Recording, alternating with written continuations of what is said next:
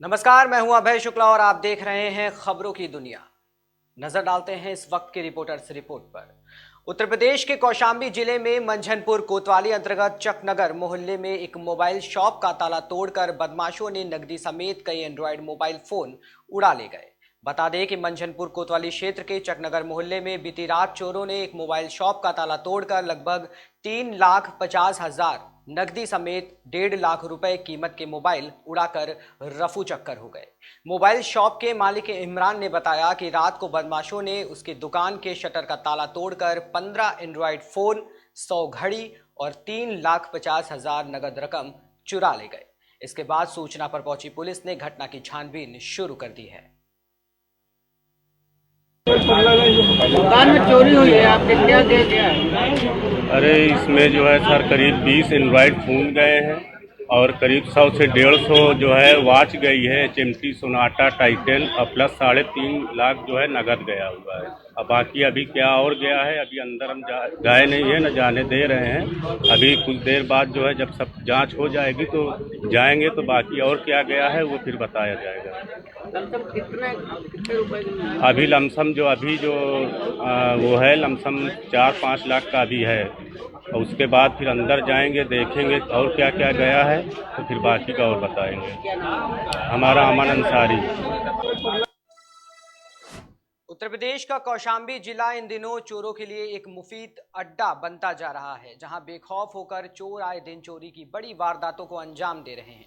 भले ही जिले में तैनात तेज तर्रार एसपी हेमराज मीणा द्वारा जल्द घटनाओं का खुलासा किया जा रहा हो, लेकिन अब भी चोरों के दिल में खाकी का कोई भी डर नहीं दिख रहा है। हम आपको बता दें कि बीती रात कोखराज थाना क्षेत्र के भरवारी कस्बे में कस्टम विभाग में तैनात एसआई के घर का ताला तोड़कर बदमाशों ने नकदी सहित लगभग 15 लाख का सामान पार कर दिया। बेखौफ बदमाशों ने उस वक्त घटना को अंजाम दिया जब घरवाले शादी में बाहर गए हुए थे। तकरीबन रात 2 बजे जब वापस लौटे तो देखा कि घर का ताला टूटा हुआ था, सारा सामान अस्त व्यस्त था। ये देखकर उनके होश उड़ गए। उन्होंने बताया कि नकदी सहित लगभग 15 लाख का सामान गायब है। सूचना देने के बाद पहुंची पुलिस बदमाशों को पकड़ने के लिए अब छानबीन में जुट गई है। हम लोग शादी में गए हुए थे, शादी से करीब 2 बजे के आसपास आए हैं तो यहाँ देखा घर का ताला टूटा हुआ था। अंदर देखा तो सारी अलमारियाँ हमारी टूटी थी, 10 के ताला टूटे थे, जिसमें घर का जेवरात थे, सोना चांदी दोनों का था, कुल नकदी था 7,000 मान लीजिए और यही सब सामान जरूरी सामान, बाकी जेवरात वगैरह था। लगभग कितने की चोरी हुई होगी? लगभग मान लीजिए कि 15-16 लाख की सब मिला के सोना चांदी और नकदी मिला के 15-16 लाख की हुई होगी। आपने पुलिस को सूचना दी? पुलिस को 112 में मैंने रात में भी कॉल किया था, 112 आई थी तो उसके बाद चौकी में से कोई नहीं आया है। अब मैं चौकी में FIR देने जा रहा हूँ।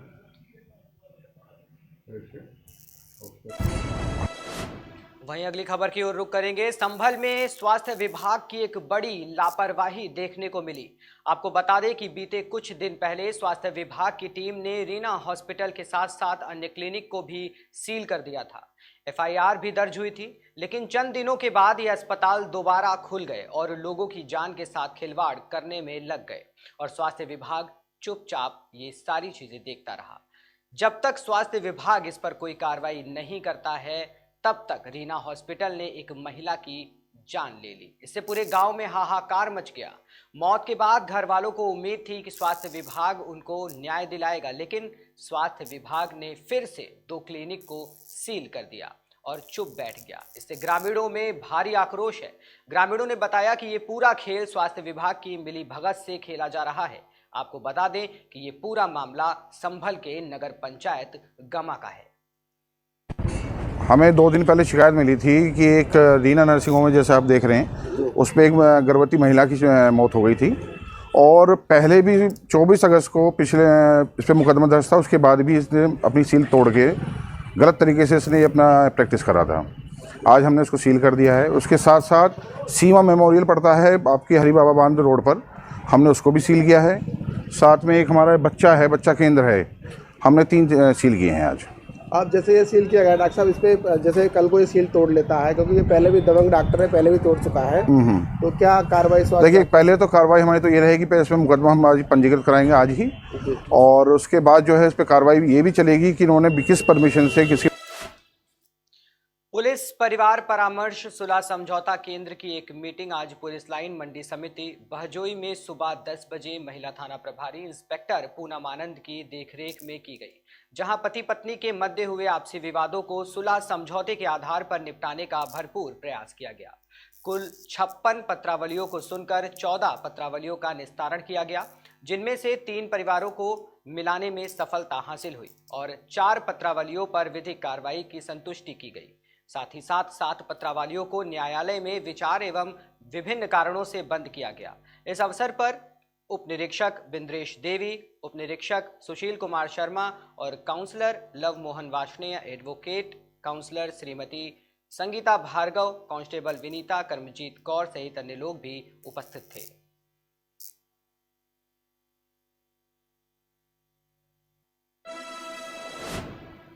हरदोई के बेनीगंज इलाके में चोरों के हौसले बुलंद हैं। बता दें कि थाना बेनीगंज के गांव लालपुर के निवासी पप्पू भीखम ने शनिवार को कोतवाली में लिखित प्रार्थना पत्र देते हुए बताया कि मेरा मकान मेन संडीला बेनीगंज सड़क मार्ग किनारे लालपुर गांव में है, जिसके पीछे खड़े यूकेलिप्टस पेड़ों के सहारे 14 फरवरी की रात लगभग 1 बजे गांव के ही राहुल पुत्र नरेश पासी व प्रमोद पासी दीवाल फांदकर घर में घुस आए। उस दौरान आहट पाकर मेरी पुत्री दोनों पुत्रियों को बेबो मोहनी जग गईं, जिन्होंने विरोध किया, जिस पर राहुल पासी ने चाकू को पुत्री की उसकी गर्दन पर रखते हुए उसे जान से मारने की धमकी दी और अलमारी की चाबी लेकर उसमें रखी सोने की चैन, अंगूठी और नगद 5000 लेकर फरार हो गया। इसकी लिखित जानकारी पुलिस को दे दी गई है, लेकिन कोई भी कार्रवाई नहीं हुई है।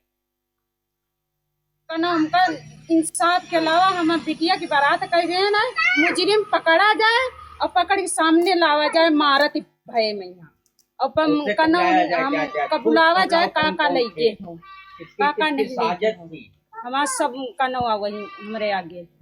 हमका इंसाफ के अलावा और कुछ नहीं चाहिए, हमका इंसाफ मिले चाहिए। हम इंसाफ चाहते और नहीं हमको चाहिए, हमारी चीज तुमका मिल जाए, हमारा सब मिल जाए। क्या नाम है तुम्हारा? पप्पू। पिता का नाम? भीखम। गांव कौन सा? लालपुर। थाना? बेनीगंज। ये क्या एप्लीकेशन दिए हो, क्या है? हमारे घर में साहब आदमी कूदे हैं और कूदने के बाद में छोटी लड़की, बड़ी लड़की और लड़का जग गया। उसके बाद में इन्होंने चाबी मांगी, दिया लोगों ने इनकार किया, चाबी नहीं है तो उनके गर्दन पे छोटी बिटिया चाकू रख दी, धमका के वो बच्चे डर गए। इसी पीरियड में उन्होंने चाबी डर के दे दी और उसने अलमारी खोल के अंगूठी और एक चैन 5000 रुपया रखा था, उसमें रसीद भी और भी कागज रखे थे, वो सब लेकर के चले गए। कब की घटना है? 14 तारीख जो 14 रात को जो 14 गुजर गई। हाँ। कितने बजे रात की घटना है? ये 1 बजे किस्सा है लगभग।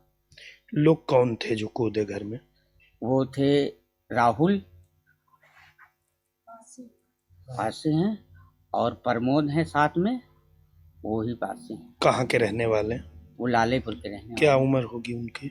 उनकी 30-32 साल की उसकी उम्र होगी, लगभग ऐसे ही इसकी भी उम्र होगी 35। क्यों कूदे, किस नियत से? अब साहब मैं तो था नहीं, मैं इस चीज को बता नहीं सकता किस नियत से वो कूदे।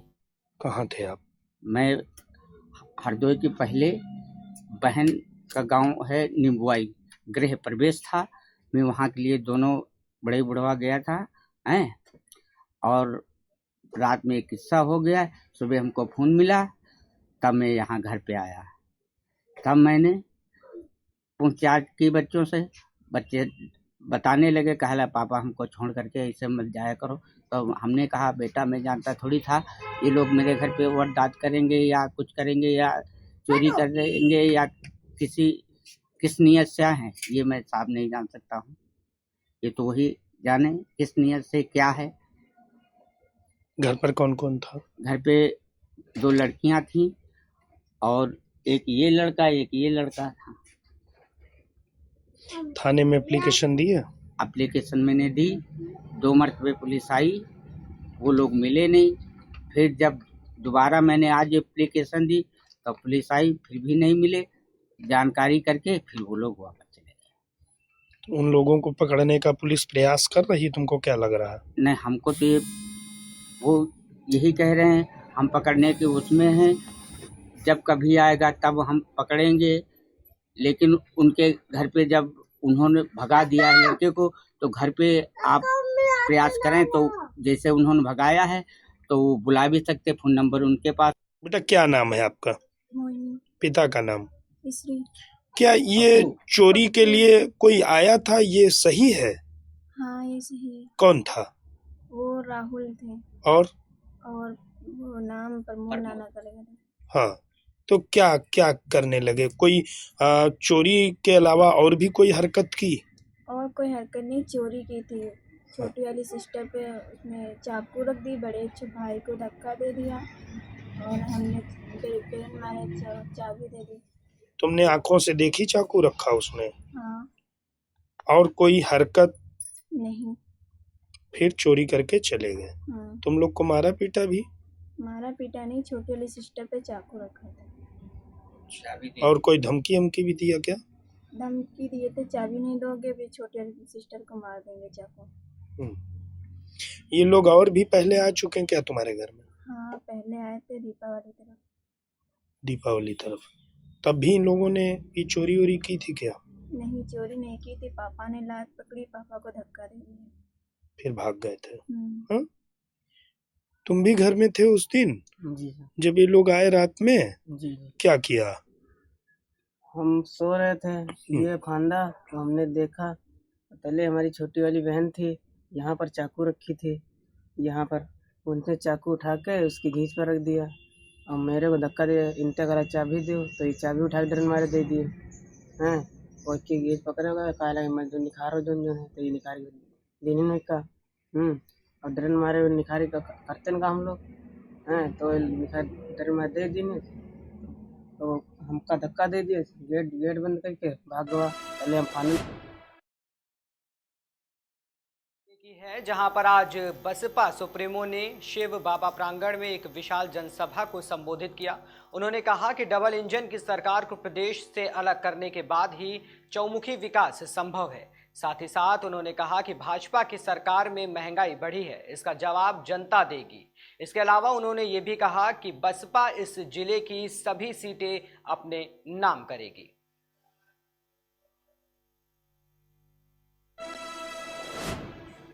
अगली खबर पीलीभीत जनपद के जहानाबाद इलाके की है। ग्राम पंचायत भानुपुर, जहां पर खड़ी गन्ने की फसल को काटने को लेकर दो पक्षों में मारपीट शुरू हो गई। बहस से शुरू हुई लड़ाई धीरे धीरे विवाद में बदल गई, जिससे कई लोग घायल हो गए।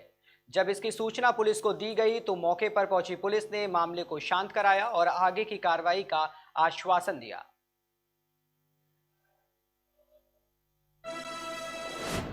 अगली खबर है बाराबंकी के त्रिवेदीगंज की, जहां पर भाजपा प्रदेश प्रवक्ता ने जनसभा को संबोधित करते हुए कहा कि हमारी सरकार ने लोगों को 24 घंटे बिजली दी, वो लोगों के घर तक पानी पहुंचाया, किसानों को किसान निधि के जरिए उन तक लाभ पहुंचाया गया और कोविड-19 के दौरान हमारी सरकार ने लोगों को मुफ्त राशन, तेल, नमक तक दिया।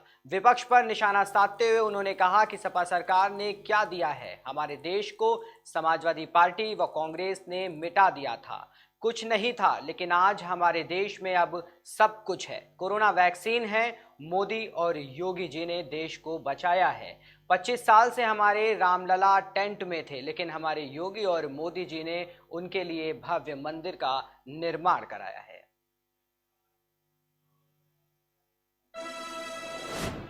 खबर सिद्धार्थनगर के थाना क्षेत्र के महादेवा राय की है, जहां एक ट्रक ने 12 वर्षीय लड़के को कुचल दिया, जिससे उसकी मौके पर ही मौत हो गई। जिसके बाद आक्रोशित परिजनों और ग्रामीणों ने रोड जमकर हंगामा शुरू कर दिया और रास्ते को जाम कर दिया गया। जिसके बाद भारी संख्या में पुलिस बल मौके पर पहुंची, परिजनों को समझाने की कोशिश की और किसी तरह लोगों पर काबू पाया गया। इसके बाद पुलिस ने शव को कब्जे में लेकर पोस्टमार्टम के लिए भेज दिया है।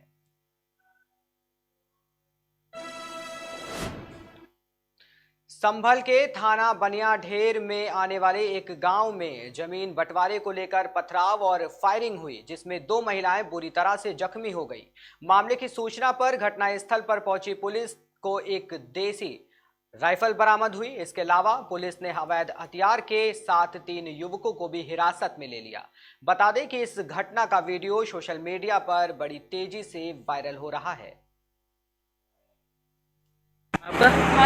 अजय, क्या मामला हुआ है जो विवाद हुआ है? जमीन मतलब वो बोल रहे थे, हम इसे बंद करने गए थे, जोतने गए थे, खत्म कर रहे बोले, तो उन्होंने आधे रोड़े बरसा दिए, ऊपर चढ़ कर गोली चला दी। ये हमारे चची है ससुर, मेरे से बोल रहे थे, हमें पता चला तो हम रोकने गए थे। मतलब वो हमारी जमीन जो है ना बो रहे थे, जो उनका हिस्सा आ रहा था, हम उनसे मना कर रहे थे। सब बांट के कानून से जब बुवेगी वो माने ना। हमारे घर पर कोई हाँ नहीं, हम दोनों औरतें और हमारे एक पति वो गए दोनों। अब इन्होंने अकेला समझ के और उसे देख के और वो जमीन जायज होती। जब एक बात आ, जब एक चीज़ जब विवाद में पड़ी है तो उसका तो संशोधन या तो तहसील करेगी, कोई भी हो कानून के तौर पे होगा। अब साहब उसके बाद में इन्होंने मतलब हम मेरे अकेले भाई को देख के इन्होंने उस पर फायरिंग भी करी है। फायरिंग करने के बाद हम वो जान बचा के जैसे तैसे भाजा, पथराव करा। मेरे पास वीडियो भी है उसकी, अगर देखना चाहें मैं वीडियो भी दिखा दूंगा। राइफल तमंचा बरामद हुआ, मौके पर पुलिस ने जाकर पकड़ा, 3 लोग गिरफ्तार। 3 ही लोग थे, मेरा अकेला भाई था ये, मैं तो था नहीं। हम 5 भाई हैं, हम अपने अपने कामों से लगे हुए हैं, हमें तो मतलब ही नहीं किसी झगड़े विवाद से। ये था साहब सिस्टम हमारा। ग्राम एचोली मोहम्मदपुर बावई के हल्के में ये जमीन पड़ती है हमारी। थाना क्षेत्र क्या? अगली खबर मध्य प्रदेश के रीवा जिले से है। रीवा के एक अस्पताल में खून की जांच के नाम पर पैसे वसूलने वाले युवक को मरीजों के परिजनों ने पकड़ लिया। युवक ने बताया कि वो एक पैथोलॉजी में काम करता है। युवक ने बताया कि एक डॉक्टर के कहने पर वो खून के सैंपल लेने जाता था। फिलहाल युवक से पूछताछ अभी जारी है। मैं अपने बब्बा को सुपर स्पेशलिटी हॉस्पिटल में एडमिट किया हूँ, इलाज चल रहा है उनका। उनके साथ हमारे फूफा जी थे, तो कुछ आदमी 2 लोग आए कि टेस्ट कराना है, तो फूफा जी ने मेरे को फ़ोन किया कि आ जाओ टेस्ट होना है, इनको पैसे देने हैं।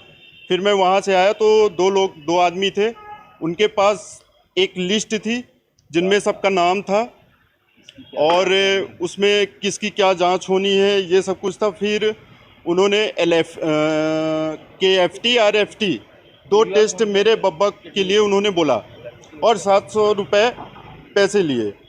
फिर वो चले गए टेस्ट के लिए। ये टेस्ट करानी है, बाहर से होनी है। मैंने दे दिया, उन्होंने ब्लड की सैंपल निकाला और ले गया। अभी कितने लोगों से आप लोगों के साथ में पैसे? वहाँ पूरे वार्ड में सब लोगों से लिया है। लगभग वहाँ पे मेरे वार्ड में 12-14 लोग हैं, सब लोगों ने दिया है। किसी से सबसे अलग अलग डिमांड थी, किसी से 1000, किसी से 2000, किसी से 600, किसी से 1200, किसी से 1400, ऐसे कर लिया। फिर ये अंकुश पटेल है, इसने बताया कि समदड़िया में लाइफ लाइन करके कोई पैथोलॉजी लैब है, वहाँ से आया है। क्या मानते हैं इसमें कुछ डॉक्टरों की भी संलिप्तता हो सकती है? हाँ, उसने बोला है ना कि हमको डॉक्टर ने बोला है, फ़ोन लगाया है, तब हम आए हैं लेने। तो फिर मैं रिपोर्ट का, हम लोग सब कोई रिपोर्ट का वेट कर रहे थे। पापा जी आए मेरे, बताए कि ये टेस्ट सारे हो चुके हैं, फिर ये क्यों करवाए हो बाहर से। फिर डॉक्टर के पास भी गए, उनसे भी बताया हमने। तो जो उस टाइम पे वो डॉक्टर थे, उन्होंने बोला आपने क्यों करवाया, हम लोगों ने बाहर से नहीं बोला था। फिर बाद में जब ये आया तो इसको पकड़े हम लोग, तो इसने बताया कि डॉक्टर ही बोले थे। एक कोई मुरली करके डॉक्टर थे, बोला कि वो डॉक्टर सर बुलाए हैं। फिर उनके पास भी गए तो वो भगा दिए वहाँ से कि वीडियो मत बनाओ, कुछ बोलो नहीं। फाइल वाइल फेंकने लगे कि मैं किसी पेशेंट को नहीं देखूंगा। फिर हम लोग इसको बाहर चले जाओ, भगा दिया। फिर हम लोग इसको पकड़ कर लेकर आए यहाँ पे। ये डॉक्टर सर हैं, सेमो साहब हैं, उनके पास पेश किए हैं, एप्लीकेशन वगैरह दिया है। सब लोग अपनी अपनी आपत्ति दर्ज कराए हैं, वहाँ पे एप्लीकेशन दे दिए हैं। आज मेरे पास कुछ मरीजों के परिजन ये शिकायत लेके आए। असल में मेरे सिक्योरिटी के लोग वहाँ से लेके आए सुपर स्पेशलिटी ब्लॉक से कि वहाँ हंगामा हो रहा था और इसको मारने पे उतारू थी भीड़ इस आदमी को। और वो जो परिजन उनके आए थे यहाँ आक्रोशित थे और उन्होंने कहा कि ये व्यक्ति आके सभी मरीजों के सैंपल ले रहा था और बदले में अलग अलग पैसों की मांग कर रहा था जाँच के लिए, खून की जाँच के लिए। और जबकि हमारे द्वारा ये खून की जाँचें कल ही करा ली गई थी, आज ही कराई गई हैं, उसके बावजूद इसने पैसे हमसे लिए। सबसे अलग अलग पैसे की बात बताई उन्होंने। अब उन्होंने हमसे कहा है तो हमने उनसे लिखित में देने को कहा, उन्होंने हमसे लिखित में ये शिकायतें दी हैं। उस व्यक्ति से मैंने पूछा तो उसने अपने आप को एक प्राइवेट पैथोलॉजी का कर्मचारी बताया है और उसने बोला कि मेरे को यहाँ डॉक्टरों द्वारा फ़ोन किया जाता था। और हैं जी, पैथोलॉजी का नाम लाइफलाइन पैथोलॉजी बताया है। डॉक्टर मुरली उन्होंने नाम लिया है कि कोई डॉक्टर मुरली है, ये तो नहीं मालूम मुझे। ये क्या मानते हैं किसी डॉक्टर की संलिप्तता भी हो सकती है? ये मैंने प्राप्त कर लिया है, उनकी शिकायतें भी। वो व्यक्ति जो था उसने भी मुझे लिखित में दिया है कि मैं इस पैथोलॉजी का कर्मचारी हूँ और डॉक्टरों के कहने पे आया था। अब मैं ये अपनी सारी की सारी जानकारी को अपने टेप डाल के अपने अधिकारियों के पास पहुंचा दूंगा। अधिकारी इस पर निर्णय लेंगे कि इस पर किस तरह की कार्रवाई होगी, जांच करेंगे और यदि जो भी दोषी पाएंगे जैसा भी। जौनपुर के मछली शहर नगर में कांग्रेस प्रत्याशी माला देवी सोनकर ने जनसंपर्क किया। जनसंपर्क करते हुए माला देवी सूफी शकूर शाह बाबा के मजार पर पहुंची, जहां उन्होंने चादर चढ़ाई और जीत के लिए मन्नत मांगी। बता दें कि इस दौरान माला देवी के साथ कांग्रेस के कई बड़े नेता भी मौजूद रहे। वहीं जनसंपर्क करने के बाद माला देवी सोनकर ने मीडिया से बातचीत भी की। मैं माला सोनकर विधानसभा कांग्रेस पार्टी की प्रत्याशी हूँ। मेरे पति 20 वर्ष से कांग्रेस पार्टी की सेवा कर रहे हैं, कांग्रेस पार्टी के सच्चे कार्यकर्ता हैं। मैं आभारी हूँ राष्ट्रीय महासचिव प्रियंका गांधी जी के कार्यकर्ता की पत्नी को उन्होंने टिकट दिया। यदि क्षेत्र की जनता ने मुझे प्यार आशीर्वाद दिया तो मैं विधानसभा मछलीशहर में रुके हुए विकास कार्यों को पूरा कराऊंगी। मैडम, आपकी प्राथमिकता क्या होगी? किन कार्यों को आप करेंगे अगर आप मैदान में जीत कर आती हैं? जब मैं जीत जाऊंगी तो यहाँ की सड़कें नहीं ठीक है, सभी जगह की सड़कें देखिए कितना पतला रास्ता है यहाँ का, मैं उसे ठीक करवाऊंगी। यहाँ रोडवेज में डिपो की समस्या है, आने जाने के यात्रियों को दिक्कत होती है, वो बसों से नहीं आ जा पाते। सबसे पहले यहाँ मैं डिपो की व्यवस्था कराऊंगी रोडवेज में। आप काफ़ी वर्षों से कांग्रेस पार्टी की नीतियों को लेकर प्रचार प्रसार कर रहे हैं और सर सवाल आपसे ये है कि जैसा कि कांग्रेस पार्टी के शीर्ष नेतृत्व में आपको ये जिम्मेदारी दी गई मछली शहर विधानसभा की, अगर मछली शहर विधानसभा में आप जीत कर आते हैं तो आपकी प्राथमिकताएं क्या होंगी सर? देखिए, तो सबसे पहले तो मैं अपने राष्ट्रीय महासचिव श्रीमती प्रियंका गांधी जी का हार्दिक शुक्रिया अदा करना चाहता हूं कि मुझ जैसे कार्यकर्ता की पत्नी को उन्होंने टिकट दिया। और दूसरी बात मैं आपको बता देना चाहता हूं, कांग्रेस पार्टी एक विज़न लेकर के इस देश के अंदर है। उसका विज़न है, प्रियंका गांधी ने उत्तर प्रदेश के अंदर महिलाओं के ऊपर काम कर रही हैं और महिलाओं के ऊपर काम करने के लिए सबसे पहले उन्होंने जो एक नया मोमेंट चलाया, उन्होंने कहा कि 40% महिलाओं की टिकट में भागीदारी होनी चाहिए। और उन्होंने कहा इस देश के अंदर, उत्तर प्रदेश के अंदर अगर लड़की अगर मध्य प्रदेश के रीवा से भाजपा सांसद जनार्दन मिश्रा का एक और वीडियो सोशल मीडिया में जमकर वायरल हो रहा है, जिसमें वो फिर एक बार विवादित बयान देते नजर आ रहे हैं। बता दें कि सांसद जनार्दन मिश्रा ने ये बयान नगर निगम कार्यालय में रहे भाषण के दौरान दिया। क्या कहा है जनार्दन मिश्रा ने, देखिए ये रिपोर्ट। राजेंद्र शुक्ला जी मंत्री रहे तो यहाँ पछतावा पहले शुरू कराई, फिर अब अलग से प्लान बनाने के प्रयास शुरू है।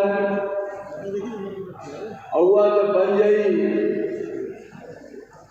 तो के बाद अपने यहाँ बिजली खाद बनाने की संभावना है, पर अकेले नगर निगम से माते सोची कि नगर निगम वाले सब कह देगी, सरकार कह देगी, तो सरकार नगर निगम भर के माते नहीं होगा। यह सोचा कि राजेंद्र शुक्ला सब कह देगी तो लोगों के माते सरला नहीं होगा। हमारे माते सोचा कि हम कह दें तो हमारे माते नहीं होगा। कोई जब जनता सहयोग करी तब। अरे कल परम अखबार हो रहा है कि डस्टबिन में आग लगा दी, एक डस्टबिन में हो या दूसरे डस्टबिन में हो, लेकिन 2 डस्टबिन में आग लगा देना ये या कि आग लग जाना, ऐसे बड़ा दुर्भाग्य कुछ हो ही नहीं सके। जब कुयोग आए जे लोग यह के सोच रहे हैं और इनका फांसी देने चाहिए। ऐसे ने लोगों का जिंदा रहा का अधिकार नहीं है। ऐसे ने लोगों का जे सरकार के काम में यह के बाधा डाल रहा, सरकार के काम में, स्वच्छता के काम में जो डस्टबिन से तोड़ फोड़ करते हैं, ऐसे ने लोगों का जिंदा रखने का अधिकार नहीं है, जिंदा रहा का अधिकार नहीं है। हम तो ये मेरे मानी थे, चाहे को लीक लागे चाहे ना लागे। बलरामपुर के उतरौला से भाजपा प्रत्याशी और विधायक राम प्रताप वर्मा ने डोर टू डोर कैंपेन करते जनता से वोट की अपील की। इस दौरान उन्होंने कहा कि हम 5 साल में लगातार सरकार द्वारा चलाई जा रही योजनाओं को डोर टू डोर पहुंचाने का कार्य कर रहे हैं। उन्होंने कहा कि जनता का अपार समर्थन मिला है और कोरोना काल आने से कुछ विकास कार्य बाधित भी हुआ, लेकिन दोबारा मौका मिलने पर और सरकार बनने पर सभी बाकी बचे कार्यों को पूरा किया जाएगा।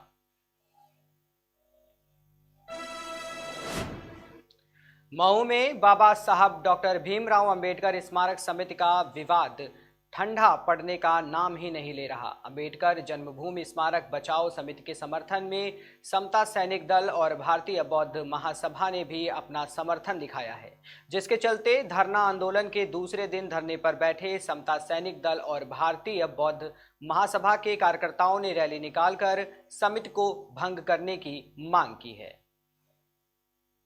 आज का जो धरना प्रदर्शन है भारतीय बुद्ध महासभा एवं समता सैनिक दल के नेतृत्व में रखा गया था।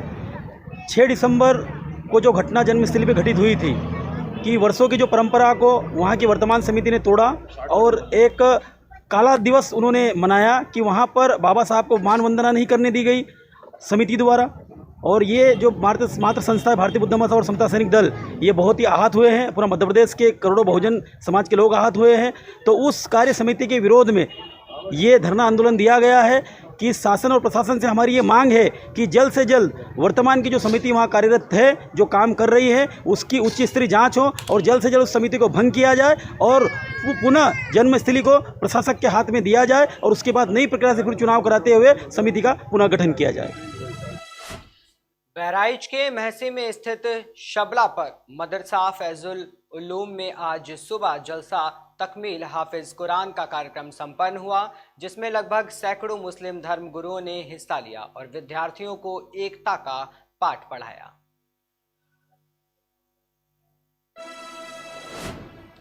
अगली खबर है आजमगढ़ की लालगंज विधानसभा सीट की। यहां से कांग्रेस प्रत्याशी पुष्पा भारती ने डोर टू डोर कैंपेनिंग की। इस अवसर पर संवाददाताओं से बातचीत करते हुए उन्होंने बताया कि मैं आम जनता के बीच जा रही हूं, मुझे लोगों का बहुत ही प्यार और सम्मान मिल रहा है।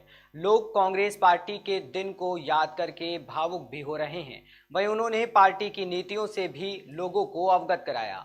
इसके अलावा इन्होंने एक बार कांग्रेस को मौका देने की अपील भी की। वहीं उन्होंने भारतीय जनता पार्टी पर हमला करते हुए बताया कि ये सरकार गरीबों, मजदूरों और नौजवानों की विरोधी सरकार है। इस सरकार को 2022 में जनता उखाड़ फेंकेगी।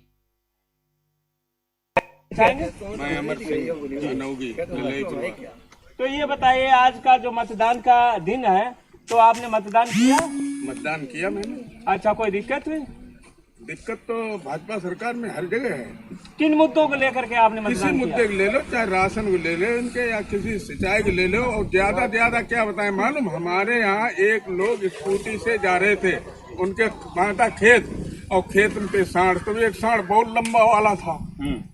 तो वो जब बेचारा उसने घेर घार रोड किया, वो भैंसो स्कूटी के ऊपर चढ़ गया, खेत भी खा लिया, स्कूटी भी तोड़ दी। लेकिन आप सांड के साथ साथ में जो अभी एक बात आपने कही है कि हमें राशन से दिक्कत है, राशन तो सरकार तुमको मुफ्त दे रही है। मुफ्त तो दे रही है, लेकिन वो 50-50 है। आधा हाँ स्टोर वाले का है, उसके बाद कोटेदार का बचा हुआ। अपना परिचय दें। मेरा नाम अरविंद कुमार जी, अनोगी का रहने वाला हूँ जी। देखिए, ऐसा है, सन 1917 में किसानों का गेहूं 1800 रुपए में बिकता था और भारतीय जनता पार्टी की सरकार ने कहा था कि मैं आय दोगुनी कर दूंगा। आज भी 2022 में भी गेहूं 18 रुपए में ही बिच रहा और 2017 में भी 18 रुपए में गेहूं बिच रहा था। लेकिन जिस किसान की डीएपी 1050 रुपए की मिलती थी, भारतीय जनता पार्टी की सरकार में किसानों की डीएपी 1570 रुपए में मिली। किसान की सिंचाई जो 50 रुपए प्रति घंटा होती थी वो आज 100 रुपए से लेकर 125 रुपए प्रति घंटा होती है। जिस किसान की खेत पार्टी के वरिष्ठ नेता हमारे समक्ष मौजूद सर, आपकी बहू को टिकट मिला हुआ लालगंज विधानसभा से। ये आप तो परिश्रम तो बहुत दिनों से कर रहे हैं, काफी दिनों से कांग्रेस पार्टी में सक्रिय हैं, लोगों की सेवा भी कर रहे हैं, तो जिसके रूप में आपकी बहू को टिकट मिला है यहाँ से, क्या उम्मीद है लोगों से? सर्वप्रथम तो मैं अपनी नेता माननीय प्रियंका गांधी को एक ने कोट उनको धन्यवाद देता हूं कि उन्होंने हमारी बहू को इस लायक समझा कि टिकट दिया और 351 लालगंज का प्रत्याशी बनाया। मैं उनको और सारे अपने हाई नेतृत्व को धन्यवाद देता हूं, उनका अभिनंदन स्वागत करता हूं और उनको प्रणाम करता हूं। माननीय सोनिया गांधी जी, माननीय राहुल जी तथा माननीय अजय कुमार लल्लू जी को मैं की भूरी प्रशंसा करता हूं, धन्यवाद देता हूं। यहाँ के जो स्थानीय विधायक उन्होंने कहा कि हम विकास बहुत ज्यादा किए, बहुत विकास किए, तमाम पूरा एकदम आप जिधर भी देखेंगे हमारा ही विकास दिख रहा है। कितनी सत्यता है उसमें? विकास तो कहीं दिख नहीं रहा हमको। विकास यही मिल रहा है कि सारा खेत खलियान सब चल जा रहा है, लोग सड़कों पर उतर रहा है, भ्रष्टाचार इतना बढ़ गया कि जहाँ काम 10 रुपये में होता था 1000 रुपये में हो रहा। लोग ये तो भारतीय जनता पार्टी की आप बात बता रहे हैं, यहाँ बहुजन समाज पार्टी की विधायक उनकी मैं बात कर रहा हूँ। उन्होंने कहा कि हम विकास बहुत ज्यादा किए हैं, उस पर क्या कहना चाहेंगे आप? जहाँ तक सवाल हमारे MLA अरिमर्दन जी का है और उनकी पत्नी माननीय संगीता आज़ाद का है, मैं तो समझता हूँ कि वो लोग सिर्फ घर में बैठकर बढ़िया भोजन कर रहे हैं, आराम कर रहे हैं। विकास है उनका दिख रहा है कि उनका घर द्वार सब बिक रहा है, अरे बन रहा है, और वो अपना स्कूल और कॉलेज संभाल रहे हैं, न कि पब्लिक का ध्यान है उनको। और पब्लिक जनता जो उनको वोट दी है उनके घर ने कभी आना न जाना, कहते हैं विकास है, विकास क्या उनके सिर्फ मुंह पर है और कहीं विकास नहीं दिखाई दे रहा है। हमारे समक्ष मौजूद है मैडम, ये बताइए यहाँ पे डोर टू डोर प्रचार कर रही है आप, महिलाओं में क्या उत्साह देखने को मिल रहा है? बहुत उत्साह है, सभी लोग बहुत प्रसन्न हो रहे हैं, सभी लोग हमारा साथ खुलकर दे रहे हैं और 2022 में प्रियंका दीदी की सरकार बनेगी और जो कि महिलाओं का पूरा सपोर्ट हमको मिल रहा है। ये बताइए जहाँ जा रही हैं लोगों को क्या बता रही हैं, जैसे कि कांग्रेस पार्टी को वोट दीजिए, आप एक महिला भी हैं, महिला होने के नाते क्या बता रही हैं, सुरक्षा कुछ आश्वासन दे रही हैं? जी, महिलाओं पे प्रियंका दीदी ने बहुत ही वो दिया है कि आने जाने पे बस फ्री, जहाँ भी जाना चाहें बस यात्रा फ्री होगी, साल में 3 सिलेंडर फ्री मिलेंगे और सारी सुविधाएं हैं, अनेक सुविधाएं हैं, सभी चीज़ का ख्याल बताया जा रहा है। तो जी, उत्साहित हो रही हैं। हाँ, पदाधिकारी डोर टू डोर कैंपेन कर रहे हैं, आप क्या माहौल देखने को मिल रहा है? बहुत अच्छा माहौल मिल रहा है इस समय जी। और क्या नाम से रे, कांग्रेस के लोग एकदम लगे हुए हैं जनमन धन तन से अपने, और काम करेंगे और प्रियंका जी को आगे बढ़ाएंगे। जो खोई हुई 60 की जो है, क्या वो कांग्रेस पार्टी दोबारा लौटा पाएगी अपने? बिल्कुल लौटा पाएगी।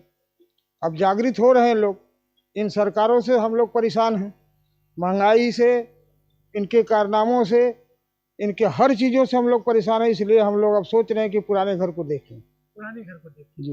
ये बताइए, वर्तमान सरकार जो कह रही है कि हम बहुत ज्यादा विकास कर दिए हैं, गड्ढा मुक्त हो गया है पूरा प्रदेश, विकास तो यही किया है कि पब्लिक को गड्ढा खोद दिया ढकने के लिए। गजब जी। विकास तो यही किए है यह पार्टी। आज के लोग, प्रधानमंत्री से लेके सभी लोग गड्ढा खोदे हैं गरीबों के लिए, कई फुट नीचे गाड़ने के लिए। सरकार कह रही है कि हम 5 किलो राशन दे रहे हैं गरीबों को। वो अपने घर से नहीं दे रहे हैं भाई, किसानी करके कमा के हम मजदूर देते हैं, उसमें से भी तो मेरे खून को चूस करके मेरा ही देते हैं, क्या देते हैं अपने घर से? विपक्ष कह रहा है। अपना दल भाजपा और निषाद पार्टी के गठबंधन के बहराइच की नानपारा विधानसभा से प्रत्याशी रामनिवास वर्मा के समर्थन में जनसभा करने नानपारा पहुंचे अपना दल की राष्ट्रीय अध्यक्ष और केंद्रीय वाणिज्य एवं उद्योग राज्य मंत्री अनुप्रिया पटेल ने विपक्ष पर निशाना साधते हुए कहा कि समाजवादी पार्टी का चाल चरित्र और चेहरा उत्तर प्रदेश की जनता से छुपा नहीं है। आने वाली 10 मार्च को जब चुनावी परिणाम सामने आएंगे तब समाजवादी पार्टी के गठबंधन का सूपड़ा साफ हो जाएगा। इसके अलावा उन्होंने भाजपा को वोट करने की लोगों से अपील भी करी। विपक्ष कह रहा है कि एनडीए की सरकार उत्तर प्रदेश में किसी भी कीमत पर नहीं बन सकती है, क्या कहेंगे आप? समाजवादी पार्टी का चाल चरित्र और चेहरा उत्तर प्रदेश की जनता से छिपा नहीं है और आने वाली 10 मार्च को जब चुनावी परिणाम सामने आएंगे तो समाजवादी पार्टी के गठबंधन का सुपड़ा साफ हो जाएगा। क्या लगता है आज दोबारा तीसरा चरण का आज मतदान हो रहा है, क्या लगता है कि इसमें कितनी सीटें आप निकाल रहे हैं? पिछले 2 चरण में भी हमारे भारतीय जनता पार्टी और अपना दल के साथियों को बढ़त है और 2 चरणों ने हमारे समाजवादी पार्टी गठबंधन के प्रत्याशियों की नींद उड़ाने का काम किया है और तीसरे चरण में भी अपना दल, भारतीय जनता पार्टी और निषाद पार्टी के जो भी प्रत्याशी जिस भी सीट से लड़ रहे हैं वो शानदार तरीके से अपनी बढ़त लेते हुए अपनी सीट को जीतने जा रहे हैं। मैम, नानपारा में कोई बड़ा उद्योग कारखाना नहीं है जिसकी वजह से यहाँ के तमाम जो नौजवान हैं उन्हें बाहर जाना पड़ता है, मेट्रो देशों में मेट्रो सिटीज में जाना पड़ता है, इसके लिए क्या कोई प्रयास करेंगी आप? जब मैं स्वास्थ्य राज्य मंत्री थी तो आपके बहराइच को मेडिकल कॉलेज मिल गया था, अब मैं उद्योग राज्य मंत्री हूँ, अब रामनिवास वर्मा जी को आगे पहुँचाइए, बहुत कुछ होने वाला है यहाँ पे। अगली खबर संभल जिले की है। आपको बता दें कि जुनावई रोड पर तेज रफ्तार ट्रक ने बाइक सवार को मारी टक्कर। इससे एक युवक गंभीर रूप से घायल हो गया। मौके पर पहुंची पुलिस ने घायल को जुनावई सामुदायिक स्वास्थ्य केंद्र में भर्ती कराया, जहां चिकित्सकों ने घायल को मृत घोषित कर दिया। बताया जा रहा है कि अपने दोस्त की बहन की शादी समारोह का सामान लेकर अपने गांव मड़कावली जा रहा था युवक। मौके पर पहुंची पुलिस ने शव को कब्जे में लेकर पोस्टमार्टम कराने के लिए भेज दिया है।